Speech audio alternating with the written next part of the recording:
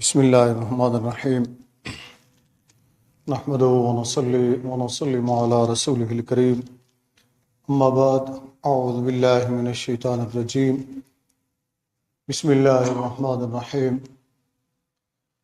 ومن جاہد فإنما یجاہد لنفسہ ان اللہ لغنی عن العالمین صدق اللہ العظیم صدق رسولہ النبی الکریم الامین قال اللہ تبارک وتعالی فی شان حبیبہ ان اللہ ملائکتہ یصلون علی النبی یا ایہا الذین آمنوا صلوا علیہ وسلموا تسلیما الصلاۃ والسلام علیک یا سیدی یا رسول اللہ وعلی آلک واصحابک یا سیدی یا حبیب اللہ الصلاۃ والسلام علیک یا سیدی یا رسول اللہ وعلی آلک واصحابک یا سیدی یا رحمۃ للعالمین۔ السلام علیکم ورحمۃ اللہ وبرکاتہ۔ اللہ رب العزت کے فضل و کرم سے آپ اور ہم سب اپنے رب کریم کی بارگاہ میں حاضر ہیں۔ دعا ہے کہ اللہ جل مجدہ ہم سب کی حاضری کو اپنی بارگاہ میں منظور و مقبول فرمائے۔ گرامی قدر، ہمارا موضوع گفتگو چل رہا ہے جہاد اسلام، اسلامی جہاد، اس کا فلسفہ، اس کی حکمتیں مختصراً یہ بات ذہن میں رکھ لیں۔ تفصیل سے ہم پھر کبھی موقع ملا تو انشاءاللہ شروع کریں گے گفتگو کے، ایک ایک چیز پر تفصیل سے گفتگو کریں۔ مختصراً آپ کو یہ ساری چیزیں میں عرض کر رہا ہوں، اس سے قبل ہم گفتگو کر چکے ہیں کہ اسلامی جہاد کیا ہے، اس کا مقصد کیا ہے، جہاد کا فلسفہ کیا ہے، اور یہ بھی واضح طور پر عرض کر چکا ہوں کہ جہاد کا دہشت گردی سے کوئی تعلق نہیں ہے۔ اسلام کا جو جہاد کا فلسفہ ہے وہ ہے زندگی کے ہر شعبے میں اللہ رب العزت کی راہ میں کوشش کرنا، یہ جہاد کہلاتا ہے۔ اپنے حق کے لیے کوشش کرنا، یہ جہاد کہلاتا ہے۔ دین کی سربلندی کے لیے اپنا سب کچھ داؤ پر لگا دینا، یہ جہاد کہلاتا ہے۔ اور پھر اس کا جو آخری مقام آ جاتا ہے کہ زندگی انسان کو جان سب سے پیاری ہوتی ہے، تو وہ پھر قتال کا مرحلہ آتا ہے۔ وہ صورت میں کہ جب کسی بھی ذریعے سے کوئی نہ سمجھ رہا ہو بات کو اور ظلم پہ ظلم کیا جا رہا ہو، تو پھر جو قتل کرے اسے قتل کرو، جو تمہیں گھروں سے نکالے اسے گھروں سے نکالو، پھر ہتھیار اٹھاؤ، جیسا کہ آج کل فلسطین میں مسلمانوں کے ساتھ کیا جا رہا ہے۔ تو میں ویسے حیرت زدہ ہوں، مسلم امہ خاموش ہے، سوئی ہوئی ہے۔ حیرت کی بات یہ ہے کہ غیر مسلم اقوام جو ہے اتنے بڑے بڑے وہ مظاہرے کر رہے ہیں فلسطینیوں کے حق میں۔ آپ برطانیہ کے اندر دیکھیں، امریکہ کے اندر دیکھیں، فرانس کے اندر دیکھیں، جرمنی کے اندر دیکھیں، کینیڈا کے اندر دیکھیں، غیر مسلم ممالک کے اندر لاکھوں کی تعداد میں لوگ نکلے کہ فلسطینیوں پر ظلم بند کرو۔ مگر 57 اسلامی ممالک کی چند تنظیموں کو چھوڑیے، جو اصل بات ہوتی وہ تو حکومت کی ہوتی ہے نا، حکمران جو ہوتے ہیں، تو 57 اسلامی ممالک جو ہیں وہ بھنگ پی کر سوئے ہوئے ہیں۔ بس ایک بیان ادھر سے داغ دیا، ایک بیان ادھر سے داغ دیا، عملی طور پر کچھ نہیں کر رہے۔ تو ایسی صورتحال میں جب وہ ہمارے فلسطینی مسلمان بھائی بہنیں، بچے بچیاں، بیٹے بیٹیاں شہید ہو رہے ہیں، اور وہاں وہ صحیح معنوں میں نظر آ رہا ہے کہ جب کوئی اللہ کی رضا کی خاطر کچھ قربانی دیتا ہے تو پھر اس کے جذبات کیا ہوتے ہیں۔ پہلے ہم سنتے تھے، اب کچھ ویڈیوز کی صورت میں ہمارے سامنے آ جاتے ہیں، مکمل تو نہیں آئے۔ میں نے ایک ویڈیو ایسی بھی دیکھی کہ ایک باپ کی چھوٹی سی بچی تقریباً 3 یا 4 سال کی ہے، وہ شہید ہوئی، تو اس کو یہاں گولی لگی ہے اور جسموں پر بھی، تو اس بچی کو اٹھائے ہوئے ہیں اور اس بچی کو ہنس ہنس کر ایک پیغام دے رہا ہے۔ وہ پیغام کیا ہے؟ کہا بیٹا تم جاؤ گی، تم میرے نبی، ہمارے نبی صلی اللہ علیہ وسلم سے ملو گی، ہمارے نبی صلی اللہ علیہ وسلم کو ہمارا سلام کہہ دیجیے گا، اور انہیں عرض کیجیے گا یا رسول اللہ صلی اللہ علیہ وسلم ہمارے پاس اور کچھ نہیں ہے، جو ہے وہ ہم سب قربان کر رہے ہیں، یہاں تک کہ ہم اپنی جانیں بھی قربان کر دیں گے۔ یعنی وہ یہ جذبہ لے کر کھڑے ہیں کہ ہمارے یہ جو بچے بھی شہید ہو کر جا رہے ہیں، یہ بارگاہ رسول صلی اللہ علیہ وسلم میں اور بارگاہ خداوندی میں جب جائیں گے تو وہ ہمارا پیغام وہاں پہنچا دیں گے۔ دلوں کو ہلا دیتے ہیں ایسے پیغام کہ مسلم حکمران کیسے چین کی نیند سوئے ہوئے ہیں۔ حیرت کی بات ہے۔ OIC کا اجلاس ہوا، یعنی اسلامی کانفرنس جو اسلامی ممالک کی، تو میں تو یہی کہتا ہوں یہ سارے اسلامی ممالک کی جو کانفرنس ہے OIC یہی ہے، امریکہ کی رکھیل ہے، UNO وہ بھی امریکہ کی رکھیل ہے۔ وہ جو ان کو اشارے ادھر کرتا ہے تو یہ ادھر کی بات کرتے ہیں، ورنہ کوئی بات نہیں کرتے ہیں۔ اگر 57 اسلامی ملک اکٹھے ہوئے تھے اور وہ اکٹھے ہی ایک لائحہ عمل دے دیتے ہیں کہ فلسطین کے اوپر ظلم کی بس کر دو، اب ہم کھڑے ہیں، پھر دیکھتے کہ کیسے کسی کو جرأت ہوتی، کیسے کسی کو جرأت ہوتی۔ تو ایسی صورتحال کے اندر پھر جہاد فرض عین ہو جاتا ہے۔ کیا ہو جاتا ہے؟ جہاد فرض عین ہو جاتا ہے مسلمانوں کے اوپر، کہ جب ان کے بچوں کو، ان کی بچیوں کو، ان کی بہنوں کو، ان کی بیٹیوں کو، ان کے جوانوں کو قتل کیا جا رہا ہو، ان کی زمین پر قبضہ کیا جا رہا ہو۔ مجبوری یہاں پر یہ ہے کہ اسلام کی جہاد کا اعلان جو ہے وہ حکومت وقت کرتی ہے، اور حکومت وقت جو بھی ممالک ہیں اسلامی، ان کی حکومتوں کو اگر آپ دیکھیں گے تو ایسی کسی میں جرأت نہیں ہے۔ ایران کے بھی بڑے میں نے بیانات سنے، پڑھے، مگر وہ بھی صرف گیدڑ بھبکیوں کے علاوہ اور کچھ بھی نہیں، بس وہ اپنے اپنے مقاصد حاصل کر رہے ہیں۔ تو یہ اسلامی جہاد جو ہے یہ میں نے عرض کیا تھا آپ کو۔ اور پھر آگے چلتے ہیں تو میں نے آپ سے عرض کیا تھا کہ جہاد بالمال، اس کے بارے میں بھی میں عرض کر دیا کہ مال کے ذریعے بھی اللہ کی راہ میں جہاد کرنا چاہیے۔ جہاد باللسان، زبان کے ذریعے، اس میں جہاد بالعلم بھی آ جاتا ہے، پھر کافی سارے اس کے اندر شعبے سارے آ جاتے ہیں، تو وہ بھی جہاد کی قسم میں سے ہیں۔ آج کی جو بات ہم کریں گے جس موضوع پر آج، وہ ہے جہاد بن نفس۔ جیسا کہ میں نے گزشتہ بیان میں عرض کر دیا تھا آخر میں کہ آئندہ جو ہمارا بیان ہوگا وہ ہوگا جہاد بن نفس، جسے جہاد اکبر کہا گیا۔ جہاد اکبر کہا گیا۔ یہاں مجھے قرآن کریم کی آیت کا ترجمہ کرنے سے پہلے، مفہوم عرض کرنے سے پہلے، مولا کائنات حضرت علی کرم اللہ وجہ الکریم کا ایک فرمان یاد آ رہا ہے، وہ میں چاہتا ہوں آپ کے سامنے پیش کر دوں۔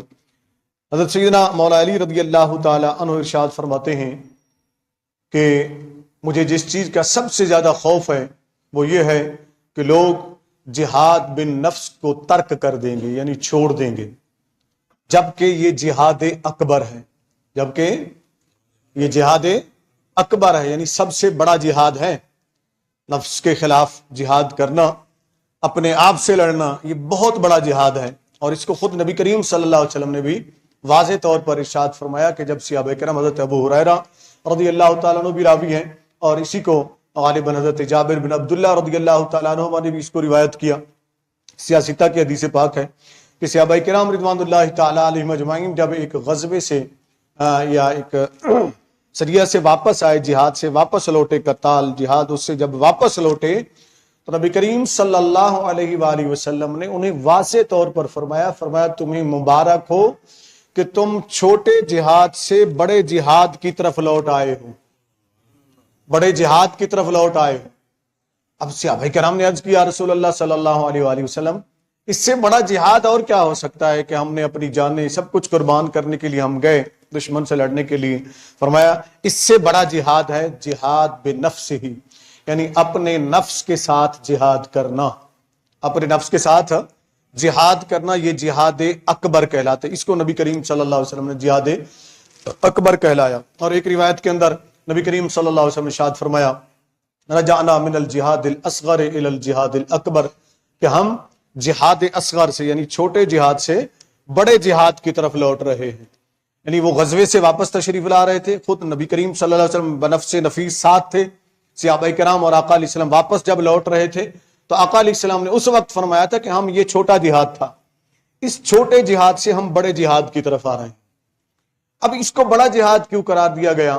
اگر ہم اس کی تفصیل میں چلے جائیں تو بہت طویل عرصہ چاہیے ہمیں اس پر گفتگو کرنے کے لیے۔ میں کوشش کروں گا کہ آج کی اس گفتگو میں ہی اس کو سمیٹوں، اس کی وجوہات کیا ہیں یہ میں آگے عرض کرتا ہوں۔ اب آئیے قرآن کریم کی طرف۔ رب کریم نے کیا ارشاد فرمایا؟ جہاد کی جہاں دیگر آیات آپ نے سماعت فرمائیں، جہاں اللہ رب العزت نے یہ فرمایا کہ جو تم سے لڑتے ہیں ان سے لڑو، جو تم سے قتال کرتے ان سے قتال کرو، اٹھو اللہ کے دین کی سربلندی کے لیے، اور پھر جنہوں نے تمہیں نکالا تم انہیں نکالو، ٹھیک ہے نا، جنہوں نے تمہیں تکلیف دی تم بھی انہیں تکلیف دو، انہیں پتہ تو چلے نا کہ مسلمانوں کی قوت کیا ہے۔ اب یہ وہ فلسفہ تھا جو اللہ نے قرآن کریم کے اندر بیان فرما دیا، اور سارے مسلمان قرآن پر ایمان رکھتے مگر قرآن کو سمجھتے نہیں ہیں۔ قرآن کو سمجھیں گے تو پھر پتہ چلے گا نا۔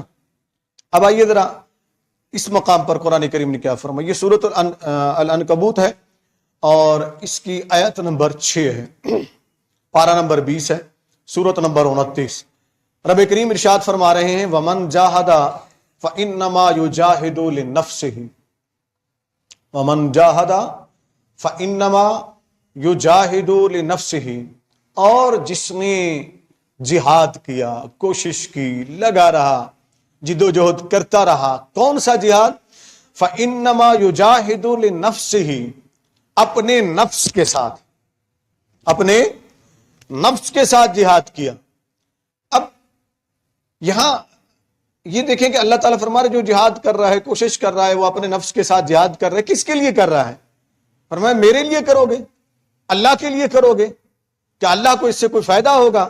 جتنے بھی جہاد ہیں سارے اقسام میں نے عرض کر دی آپ کے سامنے۔ فرمایا نہیں، ان اللہ لغنی عن العالمین، بے شک اللہ تعالی عالمین سے بے نیاز ہے، عالمین سے بے نیاز ہے، اسے کسی کی ضرورت نہیں ہے، نہ کسی کے فعل کی، نہ کسی کے عمل کی، نہ اس کی کسی کے فعل سے عمل سے اس کو کوئی فائدہ ہوتا ہے، نہ اس کو کوئی نقصان ہوتا ہے۔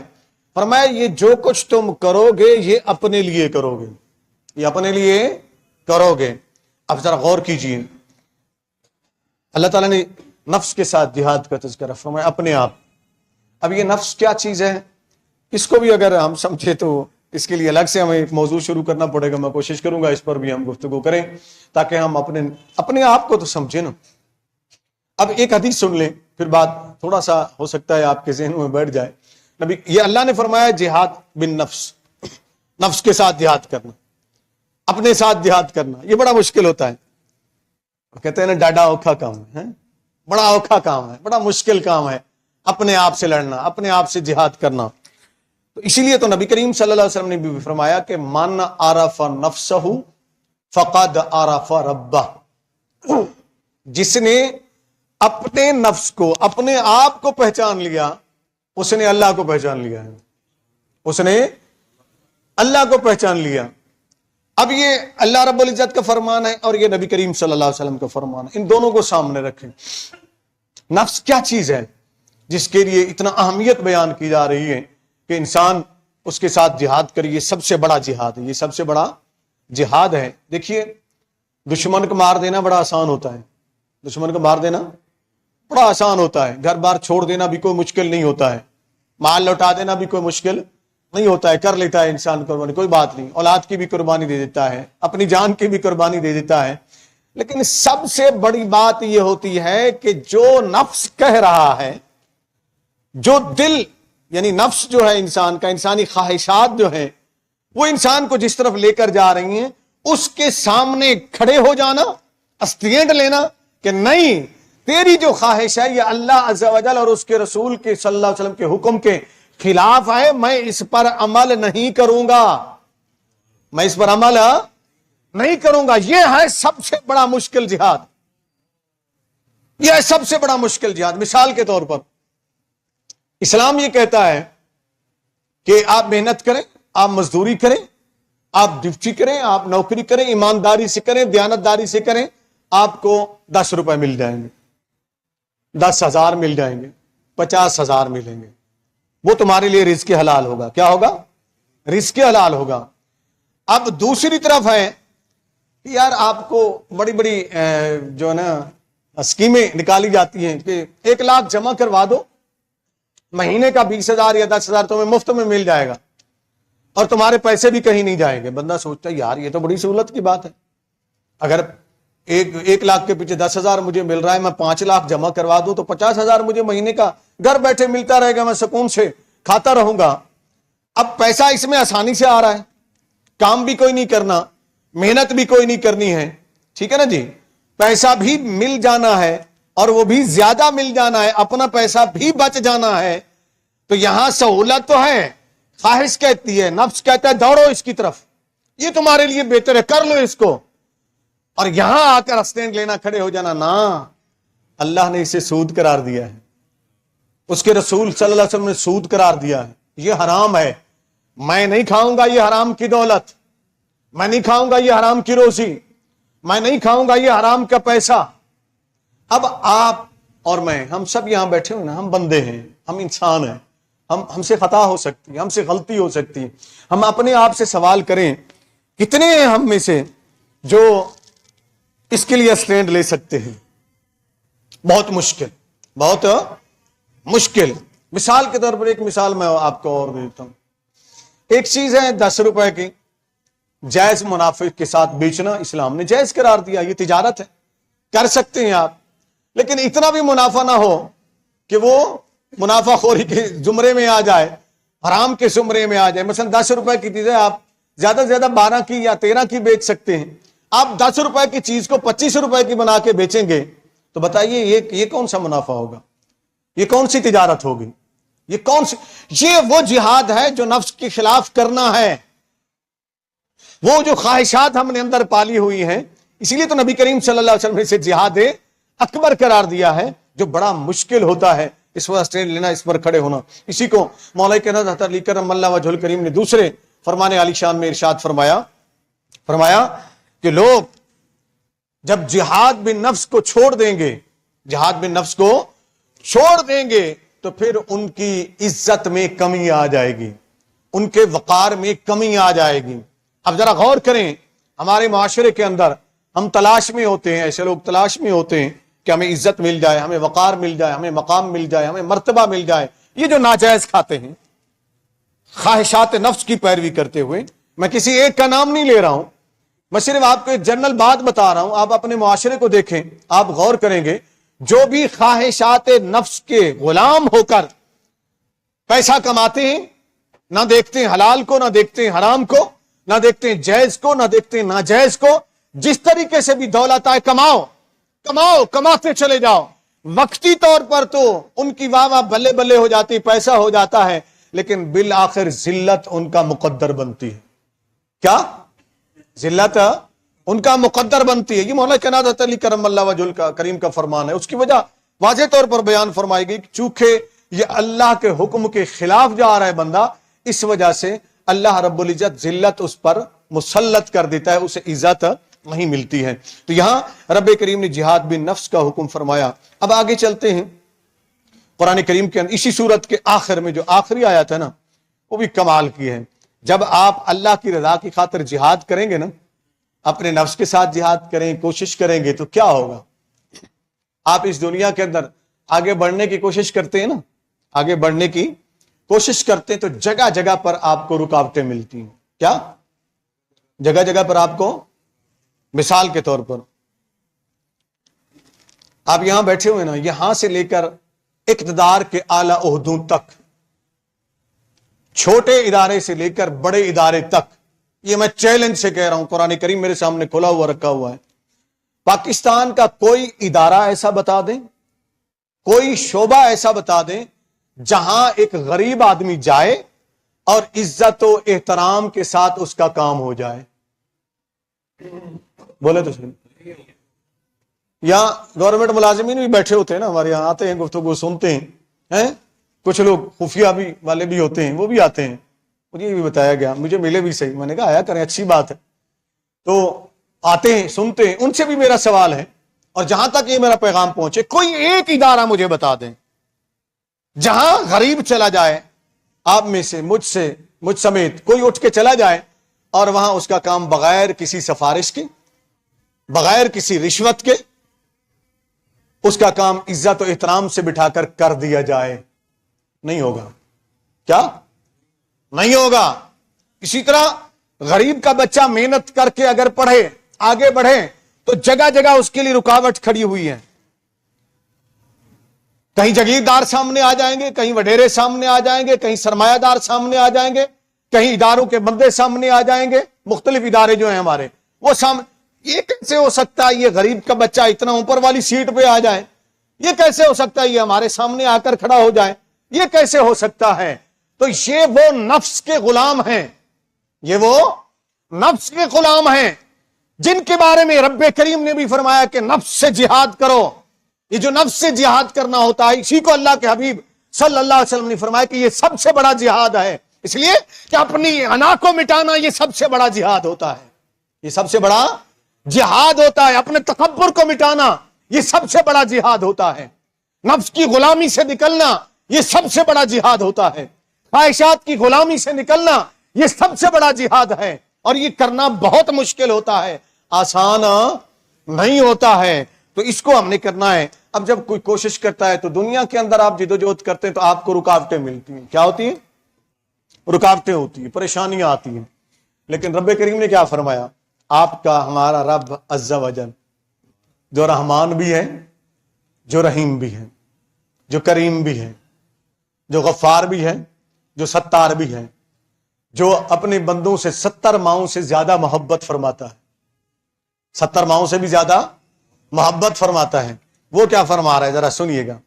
وہ فرماتا ہے والذین جاہدوا فینا لنہدینہم سبلنا۔ رب کریم فرما رہے ہیں، آپ کے میرے رب عز و جل وہ کیا فرما رہے ہیں؟ فرماتے ہیں کہ سنو، تم میں سے جو بھی اور وہ لوگ جو کوشش کرتے ہیں ہماری طرف آنے کی کوشش کرتے ہیں، تو فرمایا ہم ہٹو بچوں کا نعرہ نہیں لگواتے ہیں۔ بات کو سمجھتے جائیے، ہم ہٹو بچوں کا نعرہ نہیں لگواتے ہیں، ہم پہرے نہیں کھڑے کرتے ہیں، ہم دیواریں نہیں کھڑی کر دیتے ہیں، ہم رکاوٹیں نہیں کھڑی کر دیتے ہیں، کوئی روک دے تمہیں۔ فرمایا نہیں، جب تم جہاد کرتے ہو، تم کوشش کرتے ہو آنے کی، فرمایا لنہدینہم، فرمایا ہم خود تم سب کو راستے عطا کرتے ہیں، راستے عطا کر لنہدینہم سبلنا، پھر ہم اپنی طرف تمہاری راہیں کھول دیتے ہیں، راستے کھول دیتے ہیں، اگر کوئی رکاوٹ ہوتی بھی ہے تو ہم اسے دور فرما دیتے ہیں، یہ جہاد بن نفس ہے۔ اپنے آپ سے جہاد کر کے تو دیکھو نا، اپنے آپ سے جہاد کر کے تو دیکھو۔ اچھا نفس ہے کیا چیز؟ تھوڑا سا میں سمجھا دوں، کیونکہ یہ موضوع بڑا مشکل بھی ہے، اس کو سمجھنا بڑا مشکل بھی ہے، سمجھانا بھی بڑا مشکل ہے۔ میں کوشش کرتا ہوں آسان لفظوں میں میں چاہوں تو میں آپ کو سمجھا دوں۔ ایک بات تو ذہن میں رکھ لینا کہ انسان کیا ہے، انسان کیا ہے؟ بظاہر جو ہم دیکھتے ہیں کہ جسم ہے، ٹھیک ہے نا جی، یہ جسم ہے، آنکھیں ہیں، ناک ہے، زبان ہے، ہاتھ ہے، پاؤں ہے، باڈی ہے، انسان بول رہا ہے، ہم اس کو انسان کہتے ہیں۔ کیا کہتے ہیں؟ ہم اس کو انسان کہتے ہیں۔ اب ایک بات میں کس انداز میں آپ چلیں، ایک مثال ذہن میں میں چاہتا ہوں وہ سمجھا دوں میں آپ کو۔ مثال کے طور پر ایک انسان ہے، اس کو ہم پکڑتے ہیں، ٹھیک ہے نا، اس کو ہم پکڑا، میں یہ مثال کے طور پر آپ کے سامنے رکھ رہا ہوں۔ اس کو ہم یہاں کھڑا کرتے ہیں، اس سے پوچھتے ہیں بھائی آپ کا نام کیا ہے؟ آپ کا نام کیا ہے؟ چلے مثلا یہ نوجوان بیٹھا ہے، اس کو پوچھ لیتے ہیں کیا نام ہے جی آپ؟ کھڑے ہو جاؤ، میں تھوڑا سا بس کچھ سمجھانا چاہتا ہوں، کھڑے ہو جاؤ، کوئی بات نہیں، ادھر آ جاؤ، ادھر آ جاؤ، ادھر آ جاؤ۔ یہ ہم نے ان سے پوچھا کیا نام ہے آپ کا؟ علی۔ آپ کے والد کا نام کیا ہے؟ منیر احمد۔ کہاں رہتے ہیں؟ تو مدینہ کالونی میں رہتے ہیں۔ یہ میں نے پوچھا نا جی آپ کے سامنے۔ اب بڑا آسان کر کے میں چاہتا ہوں پریکٹیکلی آپ اس کو ٹھہرے، آپ اس کو سمجھ لیں۔ آپ میں نے پوچھا ان سے، ہم نے انسان یہ پورے جسم کو سمجھا، ٹھیک ہے نا، یہی بات ہے نا، یہ ہم سمجھتے ہیں۔ اب یہ کھڑے ہوئے، میں نے مثال دے رہا ہوں، اس کا ہم یہ بازو یہاں سے ہٹا دیتے ہیں، کاٹ دیتے ہیں مثال کے طور پر، اللہ نہ کرے اللہ سلامت رکھے، میں سمجھانے کے لیے عرض کر رہا ہوں، یہ کاٹ دیتے ہیں۔ پھر اس کے بعد پوچھتے ہیں جناب نام کیا ہے؟ بازو کاٹ چکا۔ والد کا نام کیا ہے؟ منیر احمد۔ کہاں رہتے ہیں؟ مدینہ کالونی۔ پھر بھی وہی بتا رہے ہیں۔ پھر ہم نے ان کا دوسرا بازو کاٹ دیا، پھر پوچھا، پھر بھی وہی بتا رہے ہیں۔ ہم نے ان کی ٹانگ کاٹ دی، پھر بھی وہی بتا رہے ہیں۔ ہم نے دوسری ٹانگ کاٹ دی، پھر بھی وہی بتا رہے ہیں۔ چلیں بیٹھیے، امید ہے میں سمجھانے میں مجھے آسانی رہے گی، آپ سمجھ جائیں گے اس بات کو۔ اس سے یہ پتا چلا جس انسان کے پیچھے ہم پڑے ہوئے ہیں وہ انسان تو ہے ہی نہیں. نہیں سمجھے بات کو؟ وہ انسان تو ہے نہیں نا.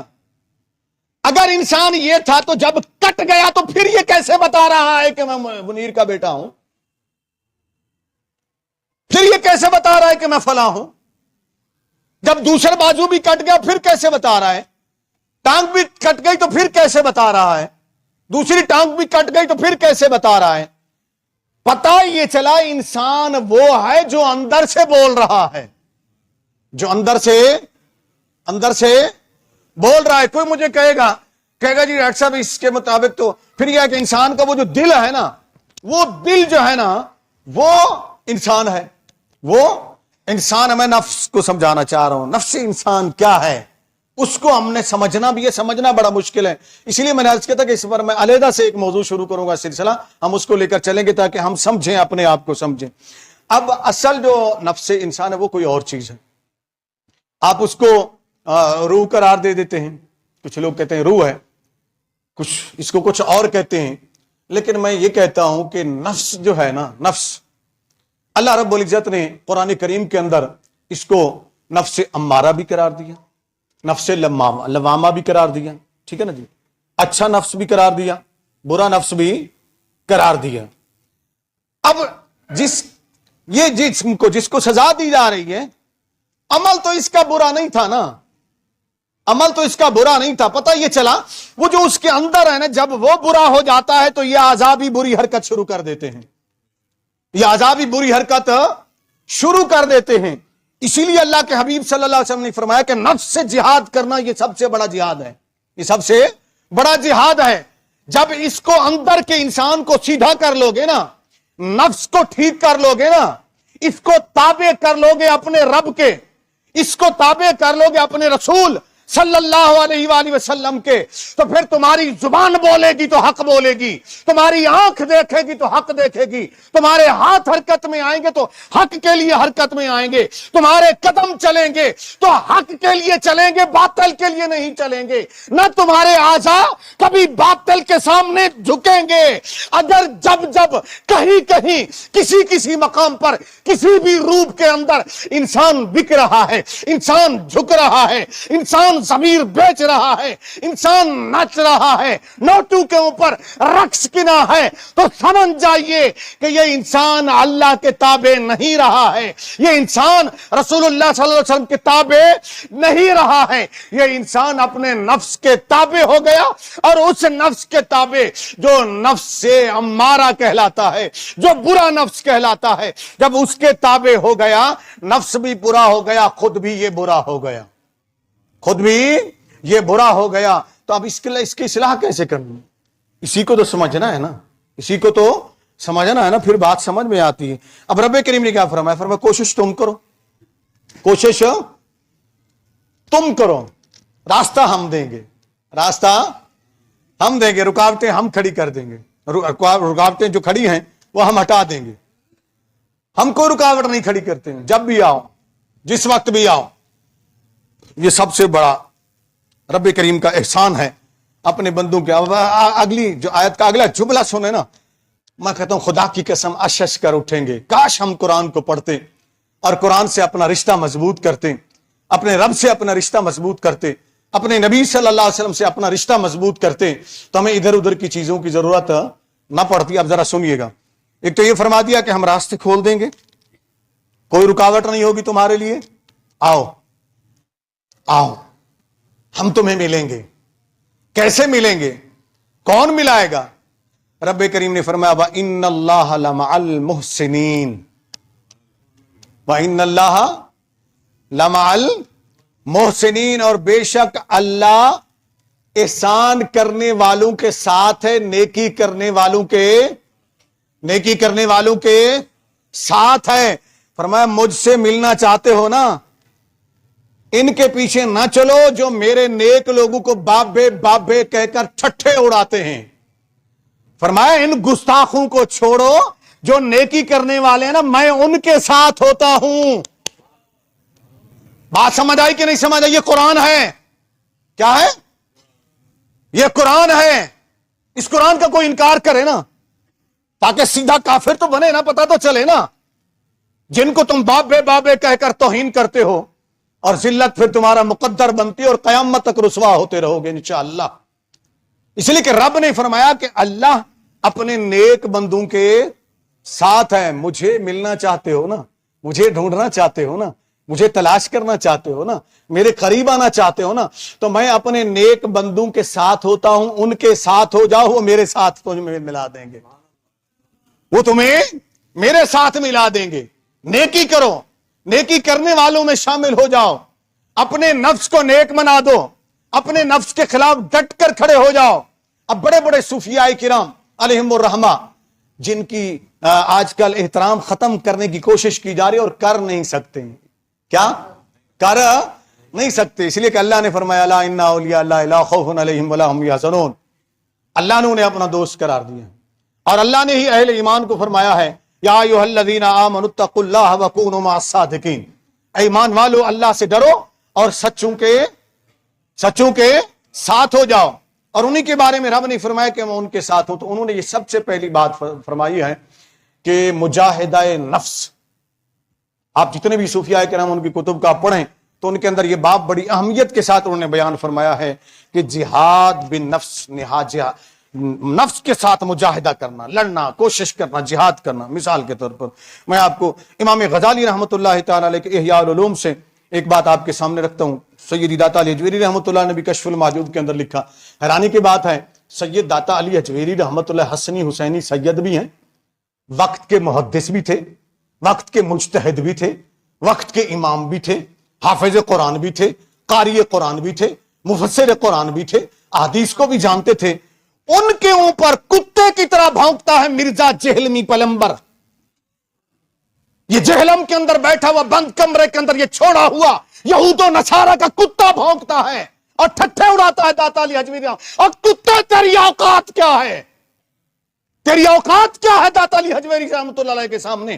ان کا علم، ان کا مقام، ان کا مرتبہ، تیری اوقات کیا ہے؟ جو آج سے 1000 سال پہلے جن کا قریب زمانہ تھا نبی کریم صلی اللہ علیہ وآلہ وسلم سے، جو محدثین کا بھی امام ہے، جو مفسرین کا بھی امام ہے، جو علماء کا بھی امام ہے، جو عظیم رہنما ہے، جن کی کتب احادیث کے اوپر اتنا دسترس ہے کہ بیٹھے بیٹھے وہ حدیث لکھتے چلے جاتے ہیں، تو ان کے بارے میں بھونکتا ہے۔ تجھے شرم نہیں آتی؟ یاد رکھ، تجھ جیسے کتوں کا منہ بند کرنا ہمیں آتا ہے۔ تم کتے جتنا بھونکو گے پھر اصحاب کہف کے کتے سے بھی بدتر ہو جاؤ گے۔ اس لیے کہ اصحاب کہف کا کتا قرآن نے بیان کیا ہے، اس نے اللہ والوں کو وہ بھونکا نہیں تھا، اللہ والوں کو بھونکا نہیں تھا۔ احسن القصص میرے پاس رکھی امام غزالی کی، وہ اس کی تفسیر میں لکھتے ہیں، فرماتے ہیں کتے نے جب پیچھے چلا تو اصحاب کہف نے پتھر اٹھا کر یا روڑے اٹھا کر اسے ڈھیلے اٹھا کر مارنا چاہا۔ اس نے آسمانوں کی طرف دیکھا، رب کی بارگاہ میں فریاد کی تو رب نے اسے قوت گویائی عطا کر دی۔ اس نے پوچھا کہ تم مجھے کیوں مارتے ہو؟ نے کہا تو کتا ہے، تو بھونکے گا، ہم پکڑے جائیں گے۔ تو اس نے زبان سے جواب دیا جو اللہ نے اسے زبان عطا فرمائی۔ اس نے کہا میں کتا ضرور ہوں لیکن اتنا جانتا ہوں اللہ والوں کو بھونکا، اللہ والوں کو بھونکا نہیں کرتے۔ تو پھر یہ جو اللہ والوں کو بھونکتے ہیں تو کتے سے بدتر ہوئے کہ نہ ہوئے؟ بولے تو صحیح، ڈرے نہیں۔ قرآن و حدیث کی روشنی میں چیلنج کر رہا ہوں میں، ان بے غیرتوں کو اتنا شرم نہیں آتی کہ جنہوں نے اپنی ساری زندگیاں دین کے لیے وقف کر دی، تم یہود و نصارہ کے ایجنٹ بن کر بیٹھتے ہو اور ان کے خلاف نفرت پھیلاتے ہو۔ وہ داتا علی حجویری رحمۃ اللہ علیہ کشف المحجوب کے اندر اسی کے اوپر جہاد بن نفس کے اوپر گفتگو فرماتے ہیں، اور امام غزالی بھی لکھتے ہیں اس کے اندر احیاء العلوم کے اندر، اور دیگر مفسرین کرام نے بھی اس کے اوپر لکھا۔ فرماتے ہیں کہ کوئی آدمی نماز پڑھنے کے لیے کھڑا ہوا، نماز پڑھنے کے لیے، اب یہاں نماز جب بندہ پڑھنے کے لیے کھڑا ہوتا ہے نا تو یہاں کشمکش شروع ہو جاتی، اچھے اور برے نفس دونوں موجود ہوتے ہیں ہر انسان کے اندر۔ اچھا نفس، نفس لوامہ جو ملامت کرتا رہتا ہے کہ برائی مت کرو، غلط خیال مت لے آؤ، بری شوفتوں میں مت بیٹھو، انسان گناہ کر لیتا ہے تو وہ ملامت کرتا ہے، یہ اچھے نفس کی علامت ہوتی۔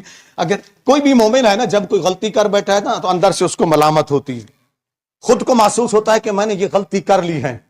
تو یہ وہ نفس ہوتا ہے جو آپ کا خیر خواہ ہوتا ہے، جو اندر سے آپ کو جھنجھوڑ رہا ہوتا ہے غلط کر رہے ہو، غلط کیا ہے تم نے، توبہ کر لو, غلطی سے معافی مانگ لو اللہ کی بارگاہ کے اندر.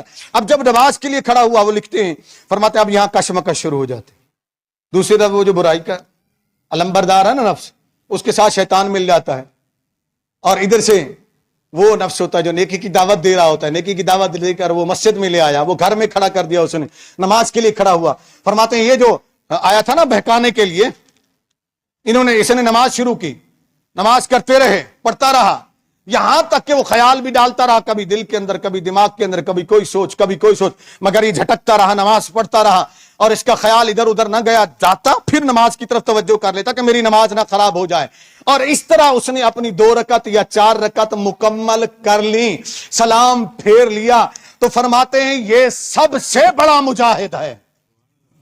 کیا اونچی تو بولے نا, سب سے بڑا مجاہد یہ ہے جو اپنے نفس سے لڑتا رہا, جہاد کرتا رہا, اور اس نے اپنی نماز کو مکمل کر دیا ہے. اسی طرح وہ جو حق کے لیے لڑتا رہا, جد و جہد کرتا رہا, یہ سب سے بڑا مجاہد ہے. جس کا قلم حق لکھتا رہا, بکا نہیں ہے, بکا نہیں, حق لکھتا رہا, یہ بھی سب سے بڑا جہاد ہے. اور انسان اپنے نفس کے خلاف کھڑا رہا, نفس نے کہا یہ کر لو تو فائدہ ہو جائے گا, اور اللہ نے فرمایا نہیں, یہ کرو وقتی طور تمہیں نقصان نظر آئے گا, تو یہ اللہ کی طرف کھڑا ہو گیا. تو یہ سب سے بڑا مجاہد ہے. اسے کہتے ہیں جہاد بن نفس. کیا کہتے ہیں؟ جہاد بن نفس. جب انسان اپنے نفس کے خلاف جہاد کرتا ہے نا, اپنے خلاف, اس لیے میں نے کہتا یہ بہت بڑا مشکل کام ہوتا ہے. لوگ کہتے ہیں کہ صرف تلوار چلانے کا نام جہاد ہے. ارے بھائی وہ تو ایک مرحلہ آتا ہے جب کرنا پڑتا ہے, وہ اس کا ایک جز ہے. جہاد کا ایک, اونچی بولے نا, جز ہے, ایک حصہ ہے. جہاد کل وہ نہیں ہے, وہ تو جہاد اصغر ہے. جہاد اکبر تو یہ ہے. ارے جہاد اصغر کو کرنے کے لیے نبی کریم صلی اللہ علیہ وسلم نے 2 ہجری کے بعد آپ کو جہاد کا حکم ملتا ہے. جب غزوہ بدر ہوتا ہے اس سے پہلے جہاد کا حکم آتا ہے. اب آپ دیکھیں تو پہلی 13 سال کی زندگی ہمارے نبی صلی اللہ علیہ وسلم نے ظاہری حیات مبارکہ جو ہے وہ کس جہاد پہ لگائی تھی؟ اونچی بولے نا, جہاد اکبر, جہاد بن نفس. وہ لوگوں کے قلوب کے اندر جو رعونت تھی, وہ لوگوں کے قلوب کے اندر جو تکبر تھا, وہ لوگوں کے قلوب کے اندر جو عصبیت تھی, وہ لوگوں کے قلوب کے اندر جو حسد تھا, وہ لوگوں کے قلوب کے اندر جو جیلیسی تھی, وہ لوگوں کے قلوب کے اندر جو منافقت کی خلاصت تھی, وہ لوگوں کے قلوب کے اندر جو قومیت کی تعصب کی خلاصت تھی, وہ لوگوں کے دلوں کے اندر جو بڑے چھوٹے کے فرق کی غلاظت تھی, وہ لوگوں کے دلوں کے اندر جو قوموں کی, قبیلوں کی برتری کی خلاصت تھی. اللہ کے نبی نے صلی اللہ علیہ وآلہ وسلم 13 سال تک وہ جہاد اکبر فرمایا, جہاد بن نفس فرمایا, اور لوگوں کو تیار کیا. جب تیار کیا تو وہ جہاد بن نفس ایسا کامیاب ہوا کہ مکے کا سردار فتح مکہ کے دن سیدنا عمر بن خطاب رضی اللہ تعالیٰ عنہ ایک طرف کھڑا ہوا ہے, حبشہ کا غلام بلال حبشی رضی اللہ تعالیٰ عنہ دوسری طرف کھڑا ہوا ہے. جب وہ کعبے کی چھت پر کھڑا ہوتا ہے اذان دینے کے لیے, تو مکے کا یہ سردار عمر بن خطاب بھی بول اٹھتا ہے, یا سیدنا بلال, اے بلال تو ہمارا سردار ہے, اے بلال تو ہمارا سردار ہے. یہ ہے جہاد بن نفس کا خلاصہ. اپنے نفس کو کنٹرول کیجئے, اپنی خواہشات کو اپنے رب عز و جل کے تابع کیجئے, رسول اللہ صلی اللہ علیہ وسلم کی زندگی کے تابع کیجئے. چلتے ہوئے, گھر میں بیٹھتے ہوئے سوچئے کہ آپ کی زندگی اللہ عز و جل اور اس کے رسول صلی اللہ علیہ وسلم کے حکم کے مطابق چل رہی ہے یا نہیں چل رہی. اگر انہی کے حکم کے مطابق چل رہی ہے تو آپ سمجھ جائیے کہ آپ کا نفس اچھے راستے پر چل پڑا. آپ کا نفس, آپ نے اس کو بندہ بنا لیا ہے, آپ نے اس کو بندہ بنا لیا, لائن پہ لگا دیا ہے. اور اگر اس کے خلاف ہے تو پھر جد و جہد کیجئے, پھر فکر کیجئے, پھر عزت نہیں ملے گی, پھر جگہ جگہ رسوائی ہوگی. اس لیے اس سے پلٹ آئیے اپنے رب کی طرف. دعا ہے کہ اللہ رب العزت ہمیں عمل کی توفیق عطا فرمائے.